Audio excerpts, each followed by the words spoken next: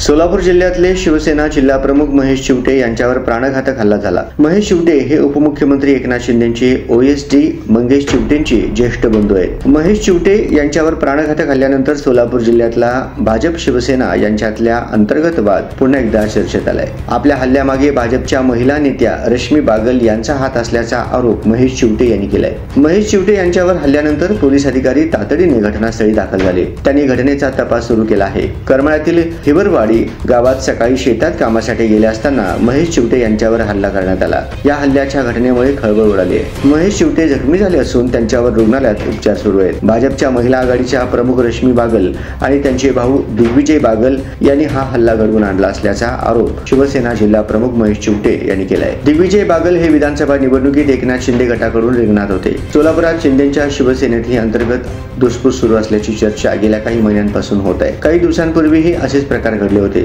या प्रकरणी गुन्हेही दाखल झाले आहेत। दरम्यान आज सकाळी महेश चिवटे हे शेतातून येत असताना त्यांच्यावर हल्ला झाला। रश्मी बागल आणि दिग्विजय बागल यांनी सुपारी देऊन हा हल्ला घडवून आणल्याचा गंभीर आरोप महेश चिवटे यांनी केलाय। दिग्विजय बागल यांनी शिवसेनेच्या तिकिटावर विधानसभा लढवली होती। त्यावेळी प्रचाराला एकनाथ शिंदेही आले होते। दरम्यान दिग्विजय बागल आणि महेश चिवटे यांच्यातला वाद विकोपाला गेला। त्यातूनच हा हल्ला झाल्याची चर्चा राजकीय वर्तुळात रंगली आहे। अद्याप पोलिसांकडून या हल्ल्याबाबत माहिती देण्यात आलेली नाही। आज मी माझ्या शेतातून सकाळी येत असताना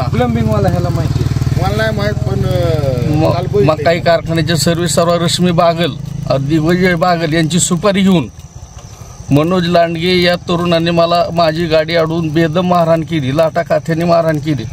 मला खाली पाडून मारलं। मी एकटाच होतो, शेतातून राहण्यात येत होतो। मला जीवे मारण्याचा आत्ता त्याचा प्रयत्न होता। मी इथं आता पोलीस स्टेशनला फोन केलेला आहे आणि मी रश्मी बागल आणि दिग्विजय बागलला सांगतो, तू जर सुपारी देऊन जसं माणसं माझ्या अंगावर सोडत असशील तर जशाच तसं उत्तर या पुढे दिलं जाईल हे लक्षात ठेव। तुला बी तुझा भाऊ आहे हे ध्यानात ठेव।